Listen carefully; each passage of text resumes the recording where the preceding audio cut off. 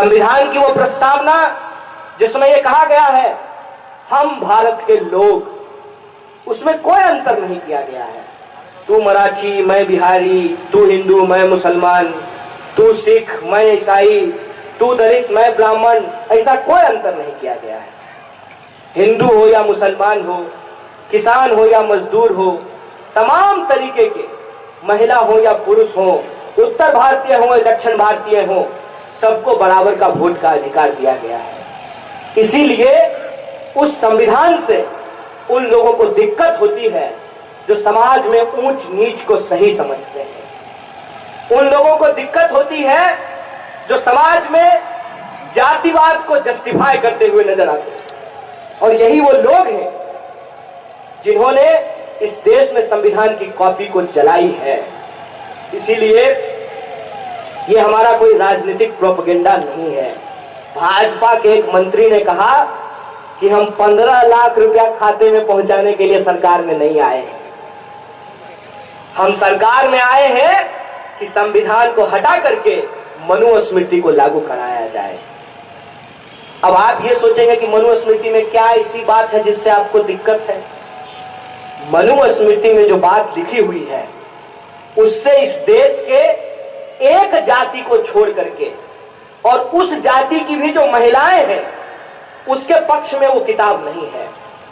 एक जाति को छोड़ करके तमाम जातियों के खिलाफ है, क्योंकि उसमें साफ साफ लिखा गया है कि समाज में संतुलन के लिए सीढ़ी नुमा व्यवस्था का होना बहुत जरूरी है।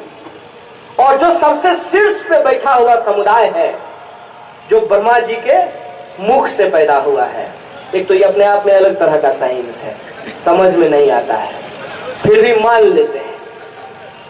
उनको छोड़ करके बाकी सब अंग से जो लोग पैदा हुए हैं उनका काम सेवा करने का है।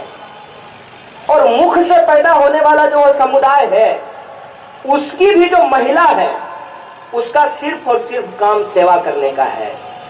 और यह जो विचारधारा है, इस विचारधारा के जो शब्द हैं अलग अलग समय में आरएसएस के नेताओं के द्वारा और इस देश के प्रधानमंत्री के द्वारा बोला जाता है। इसके कुछ उदाहरण मैं आपको बता देता हूं। जब आरएसएस प्रमुख कहते हैं कि महिलाओं को रात को घर से बाहर नहीं निकलना चाहिए, इसका क्या मतलब है? इसका यह मतलब है कि घर में रहो, पति की सेवा करो, भला है बुरा है जैसा भी है, मेरा पति मेरा देवता है, दिन रात 2 लाठी मारता है फिर भी मेरा पति मेरा देवता है। और कुछ लोग कह रहे थे कि यहां जब चुनाव होता है तो वोट इस नाम पे मांगा जाता है, हिंदू महिलाओं को सुरक्षित रखना है तो हमको वोट दीजिए। अरे साहेब, महिला हिंदू की हो या मुसलमान को हो, सबसे ज्यादा वो सुरक्षित तो वो अपने घर में है। क्योंकि जो मानसिकता महिलाओं को लेकर के समाज में बनाई गई है उस मानसिकता से महिलाओं को दिक्कत होनी चाहिए। और इसका एक उदाहरण मैं आपको देता हूं। आरएसएस का पूरा नाम क्या है? राष्ट्रीय स्वयंसेवक संघ, यही है ना? उसमें सिर्फ पुरुष जा सकते हैं। इनका जो महिला विंग है उसका क्या नाम है? राष्ट्रीय सेविका संघ। ये स्वयं शब्द कहां चला गया? अच्छे दिन के साथ घूमने के लिए गया है, कभी वापस नहीं आएगा। ये स्वयं शब्द क्यों हटा दिया गया है? क्योंकि मनुस्मृति में कहा गया है कि महिला तो पैदा होती है पुरुषों की सेवा करने के लिए, तो वो स्वयं की सेवा कैसे कर सकती है? ये है मनुस्मृति की विचारधारा। और इसी विचारधारा का रिफ्लेक्शन है जब मोदी जी कहते हैं कि कचरा उठाने में आध्यात्मिक सुख मिलता है। देख लीजिए, मैंने जो कथित तौर पे चौथे वर्ण के लोग हैं उनको आध्यात्मिक सुख मंदिर जाकर के नहीं मिलेगा। उनको कहां मिलेगा? गटर में उतर करके उनको आध्यात्मिक सुख मिलेगा।